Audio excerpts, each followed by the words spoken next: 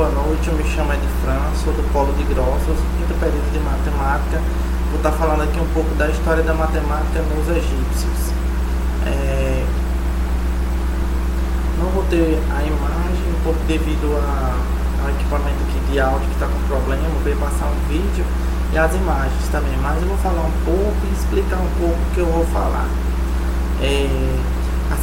As principais realizações dos egípcios no campo da matemática foram a construção das pirâmides, que eram aqueles monumentos altos construídos sobre pedras, as invenções do calendário solar também e a criação de um sistema de numeração próprio, ou seja, eles tinham todo um sistema para poder eles calcular medida por medida para poder construir uma pirâmide.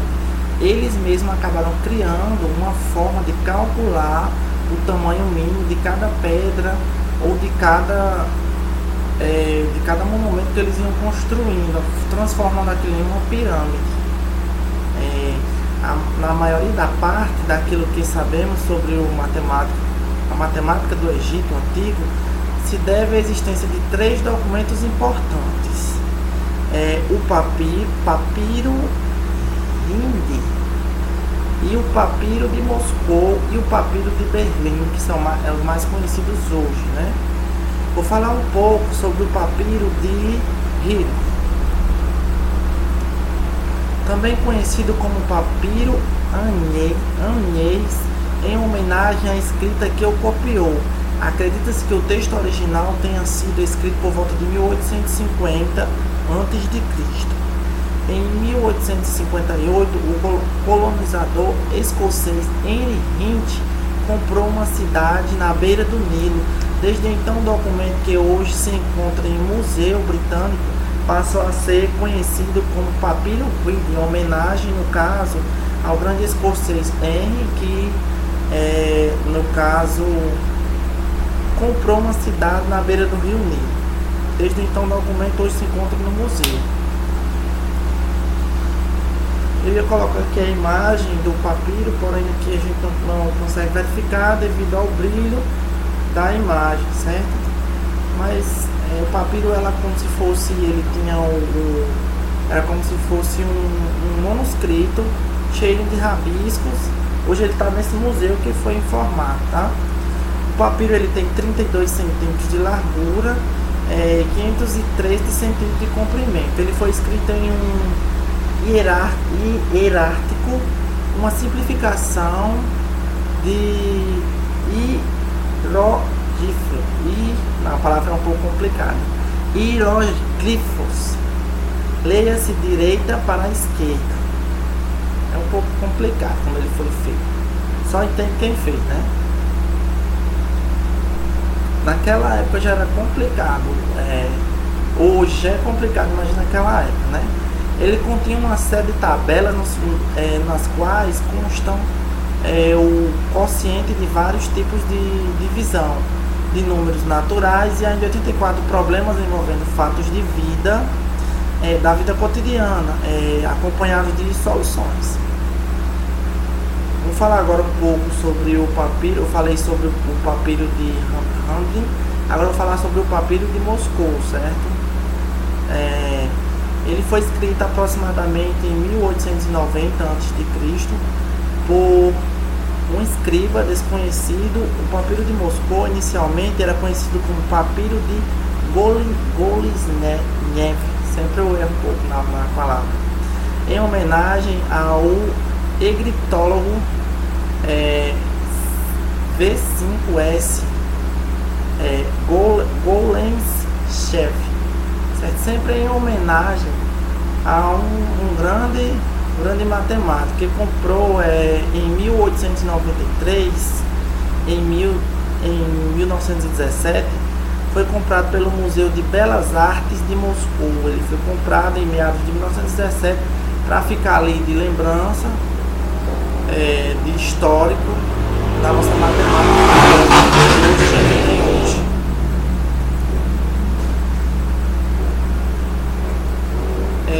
As características dele, ele contém 25 problemas, dos quais muitos se parecem com os papiros de Hindi. No entanto, alguns problemas são bastante distintos. como que se refere à área de uma superfície curva e outro que se refere à área de uma pirâmide ou de uma truncada, além de problemas que se resultarão em equação, ou seja, 2x mais x igual a 9, são só exemplos. Agora eu vou falar um pouco sobre o papiro de Berlim. Falei sobre o segundo papiro, agora eu vou falar sobre o papiro de Berlim. Lembra um pouco o muro de Berlim, o papiro de Berlim, o nome Berlim, né? Acredita-se que tenha sido escrito aproximadamente em meados de 1800 a.C. Foi comprado em 1850 por Henry Hind, na cidade de Luxor. No entanto, devido ao mau estado que se encontrava, se pôde ser analisado 50 anos mais tarde em Schackenburgo. Atualmente o papiro ele se encontra no Museu de Stahlich, em Berlim. Dois dos problemas contidos neste papiro dão origem ao sistema de equações. De onde vem as nossas equações? Elas foram originadas, no caso, dois desse papiro de Berlim, né? Nos quais a gente utiliza hoje.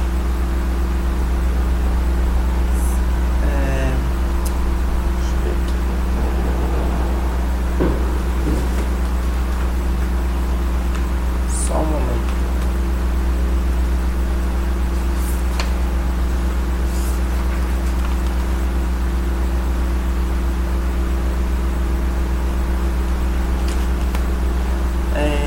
Para os egípcios, a principal geração da matemática era a soma da qual deveriam todas as outras operações com números inteiros.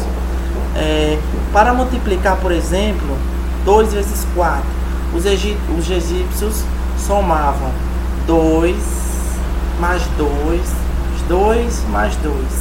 Ainda não dispunham de técnicas que lhes permitissem pensar na multiplicação e na divisão como operação independente da soma. Era comum o uso de tabelas para facilitar cálculos que envolviam outros tipos de operações. O sistema de numeração dos egípcios era representado por meio de hieroglifos.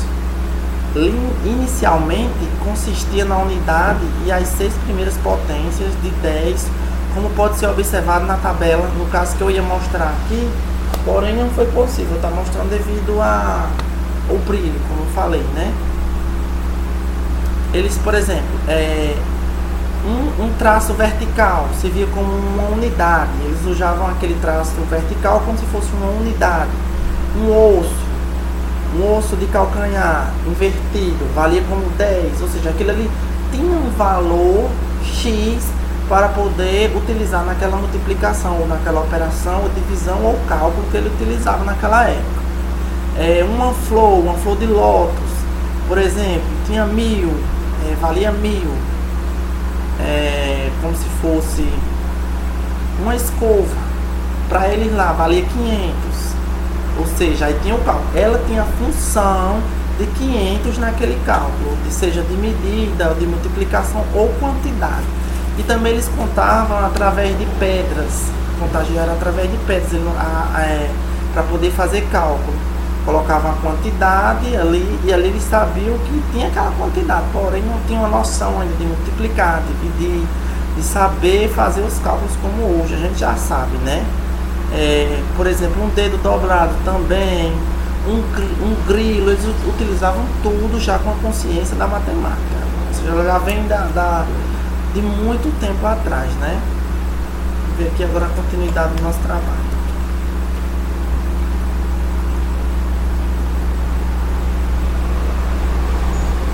Vamos falar agora um pouco sobre as frações unitárias. Devido às cheias do Nilo, os habitantes das margens precisavam medir o seu terreno periodicamente para efetuar o cálculo de porção de terreno perdido para o vizinho. Eles mediam porque o rio ele enchia, ele baixava. Era necessário então eles saber cada um ao seu território, certo? Para que não perdesse terra para o seu vizinho, certo? Porque lá onde eles plantavam, eles colhiam, eles retiravam, no caso, as suas colheitas, né? Essas medições eram efetuadas como cordas por no caso, encarregados do governado, que eram os estiridários de corda, chamavam-se estiridários de corda. Embora as medições fossem bastante precisas, dificilmente a área do terreno, depois da cheia,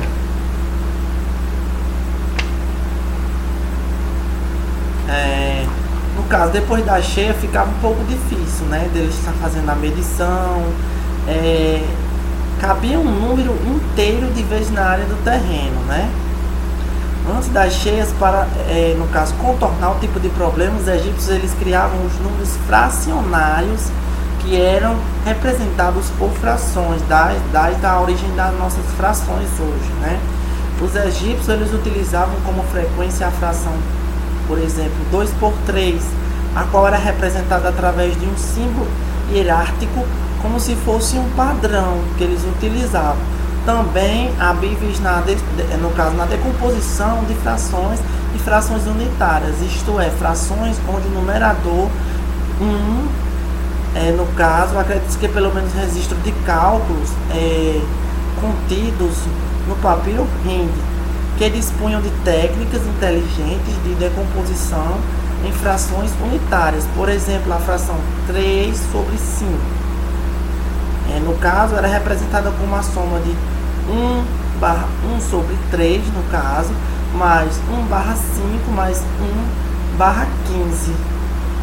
Dessa forma, eles faziam o cálculo, certo, fracionário.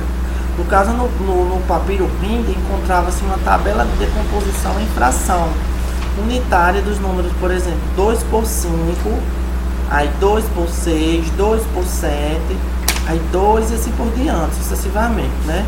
Estudiosos do papiro Hind constataram que, no caso, as frações de forma 2 sobre 3K eram representadas pela soma, certo, de 1 sobre 2K, mais 1/6K, e as frações da forma 2 sobre 5K eram representadas, no caso, pela soma de 1/3K mais 1/5K.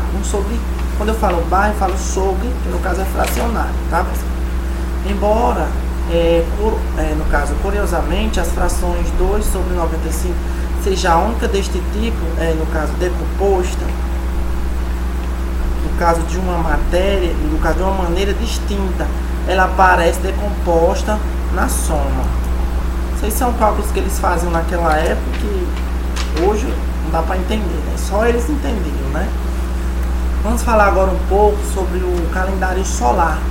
Os egípcios eles foram os primeiros a utilizar o calendário, no caso, tomado por uma referência do Sol, ou seja, eles utilizavam a luz do Sol, o movimento solar da Terra, no caso do Sol, da Terra entre o Sol, para medir, no caso, fazer o seu calendário do dia, mês e ano. No caso, acreditava-se que tinha surgido por volta de 3000 a.C. Eles tiveram essa ideia, no caso, foi criado o calendário. No caso, a criação dele foi motivada pela falta de pirâmides, precisa na previsão das épocas de plantio. Cada ano começava, no caso, uma enchente anual do Nilo, possuindo 365 dias, dividido em 12 meses de 30 dias. Por influência das fases da Lua, mais de 5 dias de festas para comemorar o aniversário dos deuses Orísis, no caso Órios, e Neflites e Sete.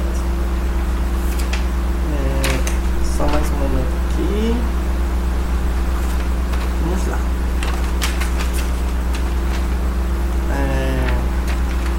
Deixa eu ver aqui. Infelizmente não dá para mostrar a imagem devido ao brilho mais uma vez. Eu preparei várias imagens, mas não deu para estar mostrando o calendário, né, como eles utilizavam. No caso, os astrônomos da Grécia, eles utilizavam o calendário egípcio como uma referência para os seus estudos astrônomicos, e por influência destes, o Ocidente também passou a utilizá-lo. No caso, hoje a gente utiliza o calendário comum, né, que no caso já vem da descendência desse pessoal aí da antiguidade. Vou falar um pouco agora sobre as pirâmides para fechar aqui, finalizar um pouco, no caso da matemática utilizada como os egípcios utilizavam a matemática, né? As pirâmides elas eram templos que, no caso, os faraós mandavam construir para lhes servir de túmulo. Eles foram construídos de 170 e Egito na Núbia.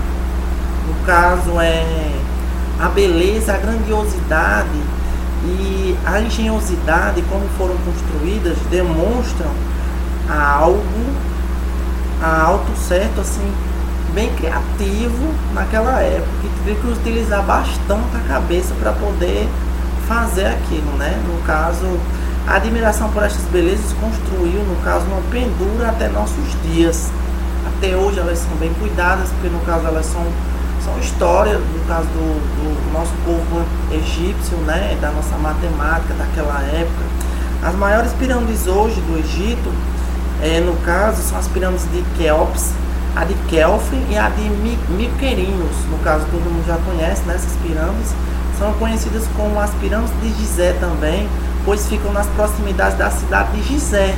Aí dá-se o nome das pirâmides de Gizé, que hoje são muito conhecidas, no caso, na nossa história e na nossa história também da matemática, né? A maior das três é a pirâmide de Quéops, possuindo 147 metros de altura e tendo por base um quadrado de 234 metros, e de lado ela era Eurodoto de 100 mil operários. No caso, levaram até 30 anos para construir essa pirâmide, a pirâmide de Quéops, que é uma das maiores que tem, né, mais conhecida. Foram 30 anos para ser construída. Hoje um prédio a gente constrói aqui com a engenharia do homem, né? Um prédio em meados de um ano e meio, né? Dependendo do recurso que entra ou menos. Eles lá construíram em 30 anos utilizando a matemática e o trabalho braçal, né? Que naquela época não tinha máquinas, eles acabaram utilizando o trabalho braçal. Para colocar no lugar os 2,5 milhões de blocos, no caso eles colocaram 2,5 milhões de blocos. Foram 30 anos para construir a pirâmide, colocando 2,5 milhões, no caso de blocos unidos até formar aquele pirâmide, né? Em meados do ano de 1977, o arquiteto francês Jean-Pierre Oudin apresentou estudos que indicam que as pirâmides de Gizé podem ter sido construídas de dentro para fora, a partir de uma rampa interna, formando um túnel e uma espiral. Ou seja, eles construíram essa pirâmide de dentro para fora.